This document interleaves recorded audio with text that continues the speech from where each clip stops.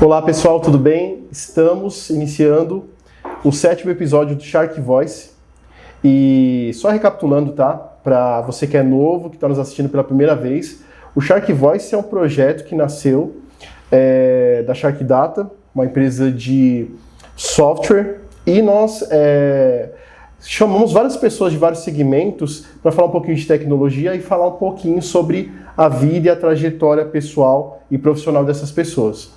Eu estou aqui do meu lado com a Jaqueline Ora. Obrigado, viu, Jaque, por ter aceitado o convite, por estar aqui. A gente já conversou bastante, né? E se apresenta um pouquinho, Jaque, para as pessoas que estão te vendo, que já te seguem. Às vezes não te seguem, mas vão passar a te seguir agora. Bacana. Se você quiser se apresentar para o pessoal. Bacana, gente. É um prazer estar aqui. Sou Jaqueline Ora, tenho 37 anos, sou mãe de uma princesa de 6 anos chamada Isabela. Estou aí nesse ramo de logística, supply chain, varejo há 14 anos já. Nossa.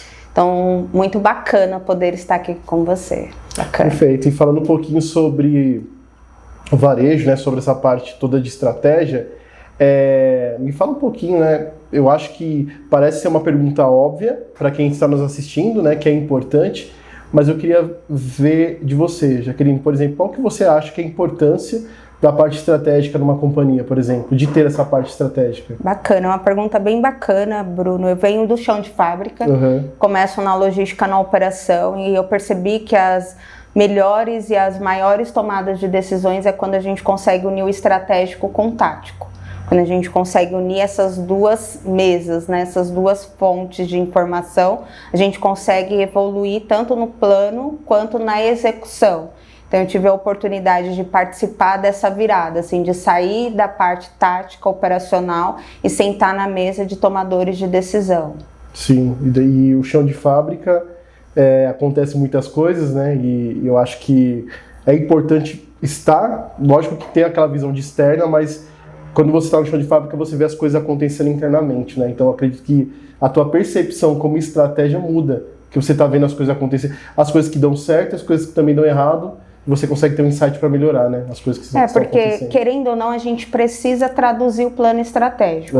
Quando você consegue, você tem essa facilidade de você traduzir pro dia a dia o plano estratégico da companhia, as duas áreas ganham, né? Sim. Então, você conhecendo e você tendo essa visão do negócio de 360 graus, é quando você consegue, de fato, colocar o plano para execução. Então, conhecer o chão de fábrica tende a ter essa facilidade de você conseguir traduzir para quem vai executar o que de fato a companhia tem mirado como estratégia. Sim, e me fala um dos maiores aprendizados que você teve na parte estratégica, que você pode compartilhar com o pessoal. Um deles, né? Dos melhores, assim, acho que até um dos maiores, assim, até para a carreira, é quando a gente consegue, de fato, colocar fora do papel um plano, né? Eu participei de uma reestruturação, na verdade, uma estruturação de um plano logístico, e uma das empresas que eu participei era uma empresa totalmente de expedição. Já era uma empresa consolidada no mercado de moda, mas eles não tinham a parte logística, eles tinham uma área de expedição. Então a gente pôde construir juntos um plano estratégico, desse plano estratégico reestruturar espaço, área, sistema e pessoas, e ali construiu do zero, desde um papel para a gente falar o espaço que nós iríamos, até consolidar no dia a dia a execução de logística e supply chain. Isso foi pra gente muito bacana e foi um desafio muito grande, né? Você mudar e ter toda essa gestão e essa mudança cultural. Sim. Você colocar para as pessoas a diferença de você ter uma expedição para você ter uma área de logística é um degrau muito grande. E trazendo, eu percebo, falando um pouquinho da minha área, e eu não sei se isso aplica para a sua também, né? Tem muitas empresas que elas são resistentes à mudança. Eu não sei se você enxerga dessa forma.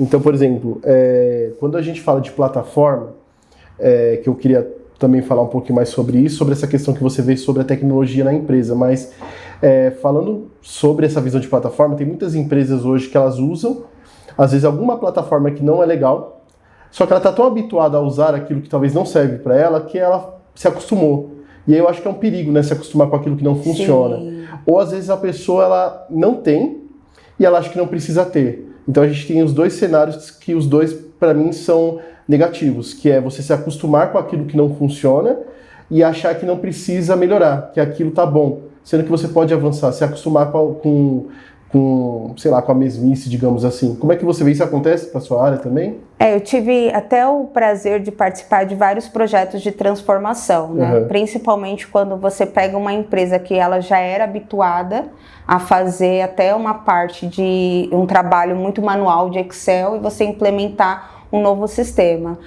Eu acredito na parte de transparência. Quando você coloca para as pessoas o cenário e aonde ela pode atingir com aquele objetivo, você consegue tirar dela essa resistência, né? Você trabalhar a transparência. Olha, esse é o melhor com esse objetivo.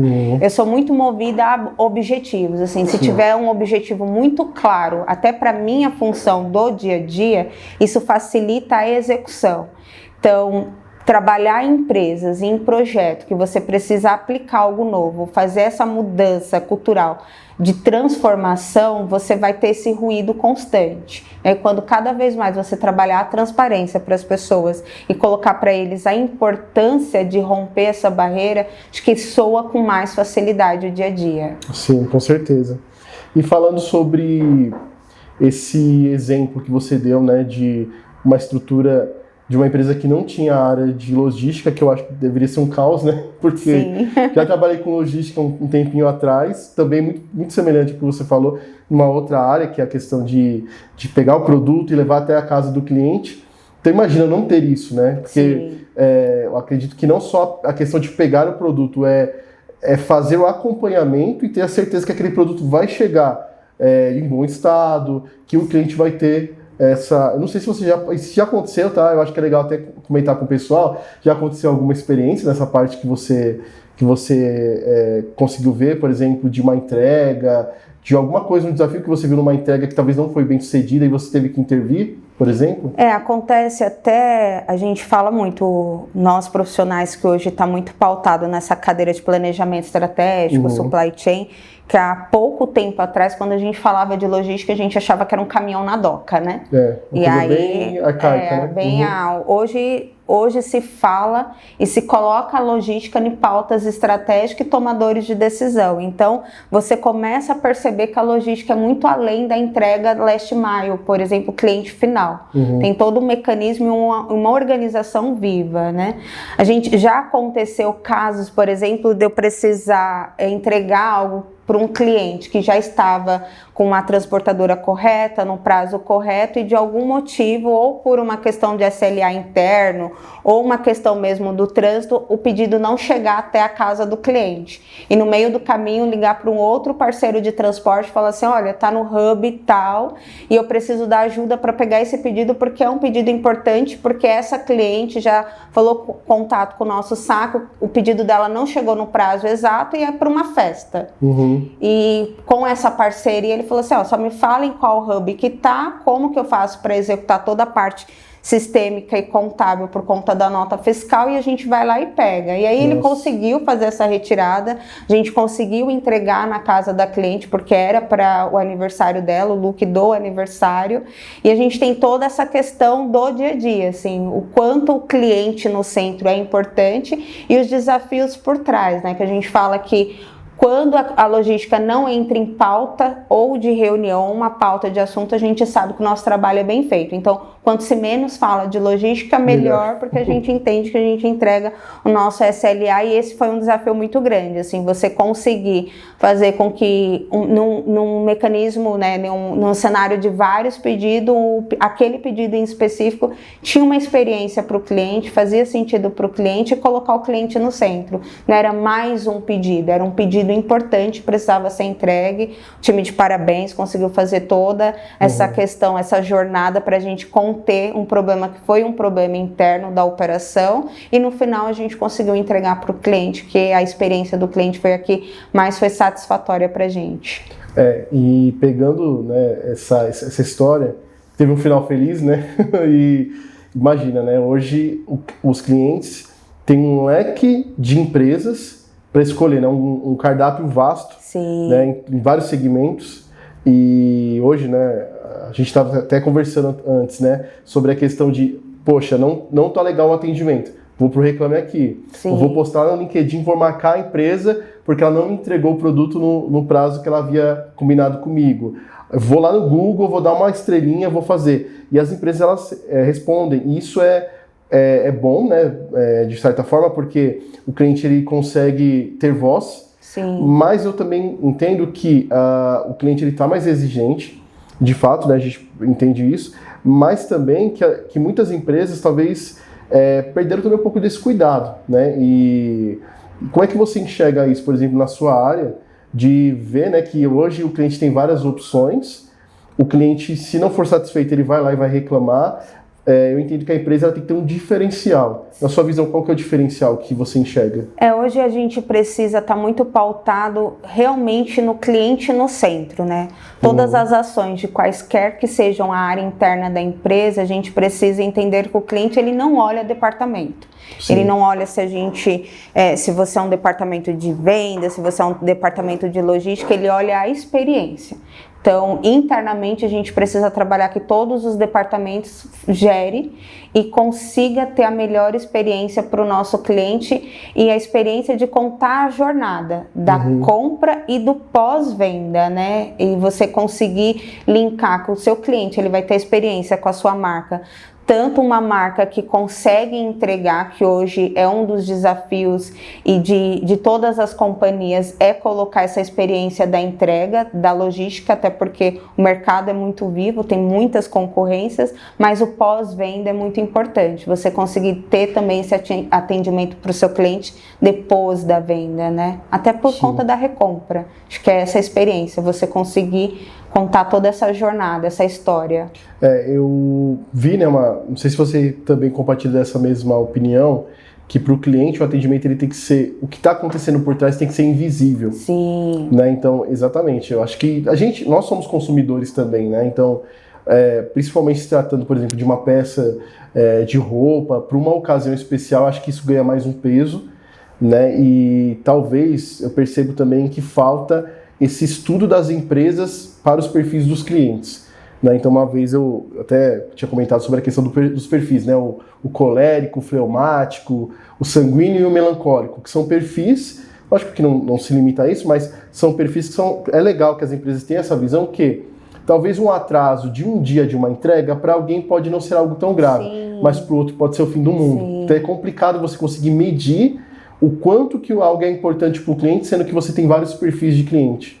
Né? Então não sei se você acha isso também. E até na lista, né, Bruno? A gente não pode hoje, eu venho do mercado de moda, né? O varejo de moda é um varejo muito mais exigente do que até qualquer outro, por conta até da multicanalidade, do quanto a gente tem mais oferta, mais procura do que oferta, e a gente tem hoje um canal muito vivo. Então a gente precisa, claro, ter essa questão do cuidado com o cliente, mas também entender o quanto a gente pode ter a melhor experiência no sentido de o que hoje eu estou olhando para o meu cliente final, que eu estou colocando ele no centro das tomadas de decisões como empresa, e também essa questão de o pós-venda ele é importante, mas todas as ações internas da companhia tem que mirar, claro, qual é a melhor experiência para o cliente. Acho que é muito nesse sentido.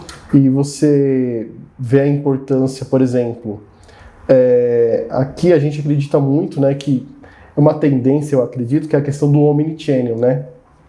Então, conversando com algumas pessoas, às vezes o cliente ele entra em contato com alguma ferramenta ou com a parte de atendimento, enfim, aí ele vai lá e tem que repetir a mesma história. Às vezes ele ligou, sei lá, 3 dias atrás e ele falou de um atraso na entrega. E aí ele vai lá e entra em contato pelo WhatsApp, ele tem que repetir aquela mesma história que ele contou. Isso, querendo ou não, gera uma certa frustração, né? Sim. Porque dá a entender que não se tem acesso a histórico, que não se entende o que está acontecendo. Você vê essa importância também da multicanal, digamos assim, ser um multicanal, mas num lugar só, sabe? Sem ter que ficar procurando vários lugares diferentes. Eu acho que a gente tem que tomar cuidado, até na nossa conversa nos bastidores a gente falou um pouquinho sobre inovação. Sim. O quanto a empresa ela precisa entender o que de fato gera valor para dentro do seu negócio, porque hoje a prateleira de inovação é uma prateleira muito infinita, Sim. com tantas questões de mercado, com quantas oportunidades de mercado, e uma delas é essa questão da gente automatizar o nosso contato com o cliente final. A gente tem facilidades para a gente colocar respostas para o cliente automática de coisas mais simples, como um rastreio de entrega, como uma dúvida de um horário de funcionamento de loja, uma segunda via, coisas que são documentos que para ele também gera agilidade. Mas quando a gente fala de algo para ouvir a experiência do cliente, a gente tem que tomar cuidado para não robotizar esse contato, porque gera uma frustração até para a gente que é cliente final também. Quanto a gente se frustra, por exemplo, recente eu tive um problema com um dos bancos, eu não consegui resolver, e era algo que eu poderia resolver no telefone e não tinha a opção de digitar a opção que eu queria, assim, e não ir para um atendente. E que me gerou uma frustração. Se não tem naquela opção para me digitar o que resolveria o meu problema, então deixa eu falar com o atendente. No final não consegui, tive que ir até a agência. Então isso gera uma frustração, porque o quanto a gente automatizou esse contato com o nosso cliente e não entende que na maioria das vezes a gente também precisa ter experiência humana, né? Talvez eu acho que falte um pouco, né, até de uma consultoria para as empresas para não pesar a mão, né, digamos assim, né, usando um termo meio chulo aqui, né, não pesar a mão na questão de, poxa, eu tenho uma ferramenta, eu tenho estrutura de tecnologia, mas será que vale a pena usar 100% de robô para todo tipo de situação? Existem esses termos que você citou, então uma segunda via, coisas que não precisam de conversa, de fato é algo rápido, acho que cai bem uma IA, cai bem um bot, por exemplo. Agora, situações que são mais complexas, talvez de uma experiência que não foi muito bem, não foi uma experiência legal, uma entrega que veio em atraso, que o cliente ele quer desabafar. Sim. Né? Tem até uma história que eu conto aqui até de recorrente, que uma convidada nossa, que ela falou que ela foi fidelizada por um abraço. Isso me chamou muita atenção, isso marcou para mim, porque às vezes um gesto humano pode fidelizar um cliente. Né? E talvez muitas empresas não estão se ligando nisso, que você tem, né, eu sou muito a favor da tecnologia, né, inclusive trabalho numa empresa que preza de tecnologia e é isso, mas a empresa, quando ela implanta uma tecnologia, ela tem que ter os seus analistas, o seu pessoal também entendendo que a tecnologia tem que ser muito bem utilizada, para que ela não se perca. Né? Então eu gostei dessa parte do abraço, né, porque às vezes a pessoa está tão... como é que eu posso dizer, fragilizada, né, com alguma situação, principalmente no segmento que ela falou, que é o segmento médico. Sim. Então imagina, um abraço pode ganhar o cliente, né? A gente, até a questão, a gente falou sobre quando a logística ela não é pauta, a gente entende que o nosso trabalho é bem feito.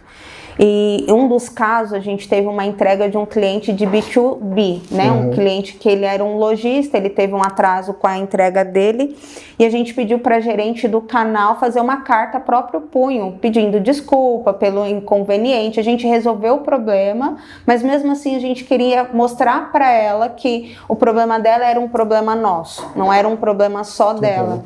E quando ela recebe essa carta a próprio punho, que não foi algo digitalizado, ela liga para agradecer, assim. A gente fez toda a questão da entrega, a gente ressarciu o que tinha de ressarcir, e ela não só se conteve ao ressarcimento dela, mas ela fez questão de ligar pelo cuidado humano. Olha, que bacana vocês terem sido transparentes, ter contado. Então, quanto o contato humano faz sentido, né? Quanto isso conecta a sua marca com o seu cliente final. E, Jaqueline, pegando essa parte aí de atendimento ao cliente, o que você enxerga das principais tendências aí para a tua área, para os próximos anos? Para onde que você acha que está caminhando a parte, por exemplo, de varejo, de moda, por exemplo?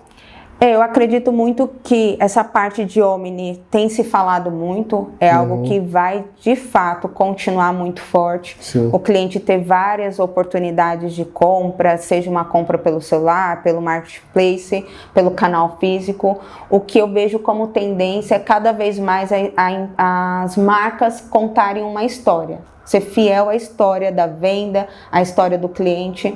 A gente, até na última NR, a gente falou ano passado muito sobre tecnologia. Esse ano a gente falou sobre o sensor, a questão do humano, a questão das pessoas não estarem só focadas em tecnologia, mas essa experiência. Então eu vejo muito a tendência do cliente buscar na internet a melhor opção de compra, mas ele ir até o canal físico por conta dessa experiência. As lojas estão se preparando para isso, muitos mercados, seja de moda, seja um mercado até alimentício, eles estão colocando as lojas para terem a experiência além da compra. Quando a gente consegue unir a venda, a compra, junto com a experiência de jornada do cliente para contar a história do seu produto, eu vejo muito isso dando certo. Assim, você não só oferecer o produto, mas você contar uma história. Perfeito. Ô Jaqueline, na sua visão, como que hoje as companhias, né, as empresas, elas podem se organizar com as mudanças, né, com as tendências que vão vir? Né? Como é que você acha que hoje uma empresa de logística, uma empresa que visa a parte de experiência do cliente pode se preparar para o que vai vir? Hoje o que a gente fala muito até em rodas de conversa é a questão de adaptabilidade. Você vai precisar se adaptar e reagir muito rápido. As empresas que elas conseguem trazer uma agilidade na tomada de decisão, ela consegue sobressair as demais. Então, eu vejo muito que as empresas hoje, elas precisam, claro, ter um plano estratégico muito estruturado, mas ela precisa ter agilidade para mudar a rota.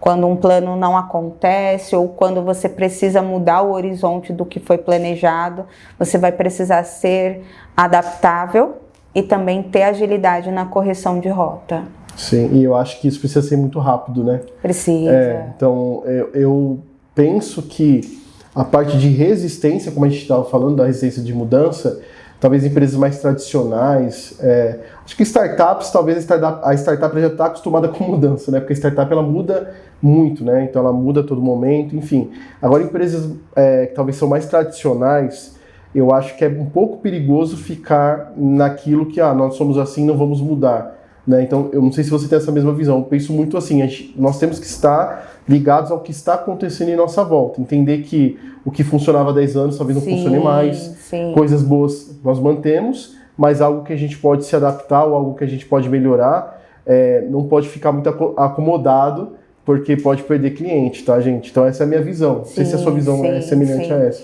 A gente precisa tomar cuidado com a prateleira de inovação que tem no mercado. Nem tudo que é inovável para uma outra empresa é inovável para a sua.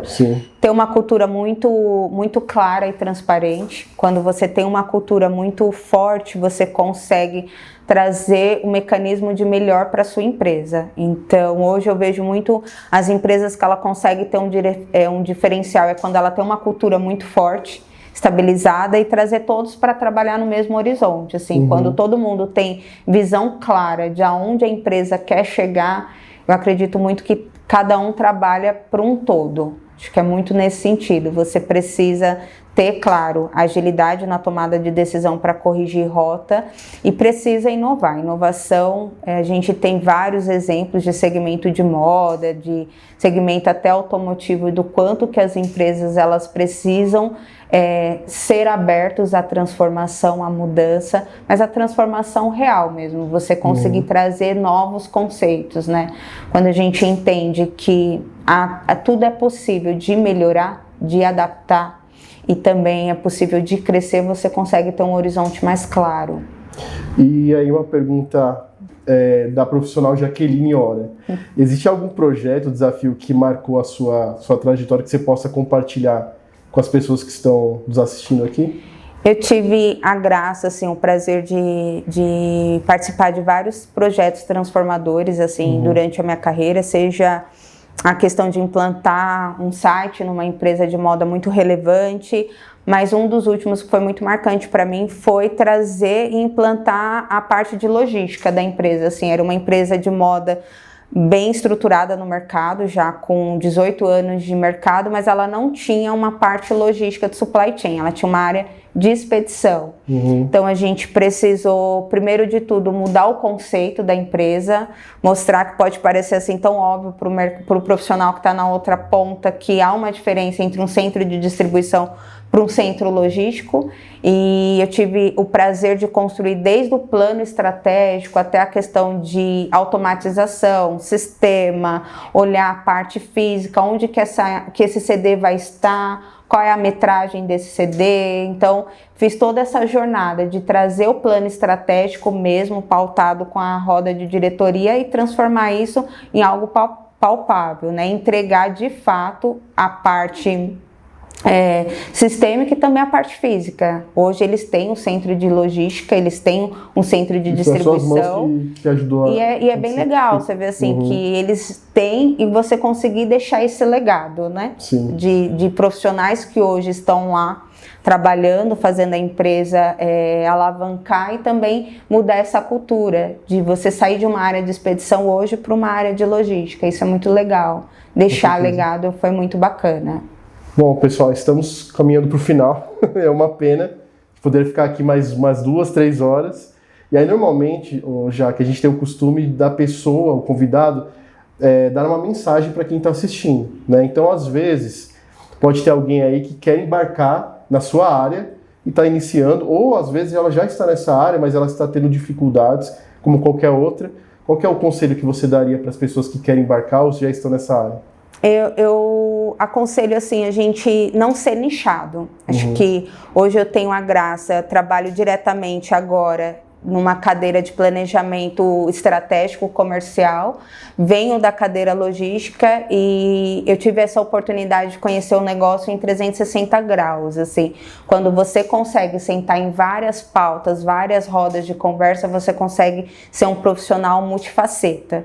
Então, o que eu aconselho muito hoje aos profissionais, eles entenderem um pouquinho do mercado externo, do mercado interno, e também não se fechar a sua área de atuação. Vê a área par, a área correlata, tenta estar em rodas de conversa que fala sobre um todo, e cada vez mais se adaptar. Hoje a gente precisa ser profissionais que consigam se adaptar ao melhor momento da empresa, ser tomadores de decisão. Hoje, até com a gama de tecnologia que a gente tem, a gente procura profissionais que eles sejam resolutos. Então, quando a gente tem o poder de resolver, cada vez mais você vai fazer parte das pautas importantes. Profissionais resolutos. É isso, gente. Então, pegue o conselho da Jaqueline, né? Seja resoluto, né? E é isso, eu quero agradecer, tá? Então, esse vídeo, toda sexta-feira tem um vídeo novo, tá, gente, da Shark. Vamos lançar o vídeo também da Jaqueline. E mais uma vez, obrigado, Jaqueline, pelo seu tempo. Foi uma aula aqui. Já aprendi bastante coisa na parte de estratégia, de logística, que eu vou aplicar assim na minha vida. E é isso, pessoal. Até mais. Obrigado por você nos assistir até aqui. E até a próxima. Obrigada, viu? Obrigada, gente. Tchau, tchau.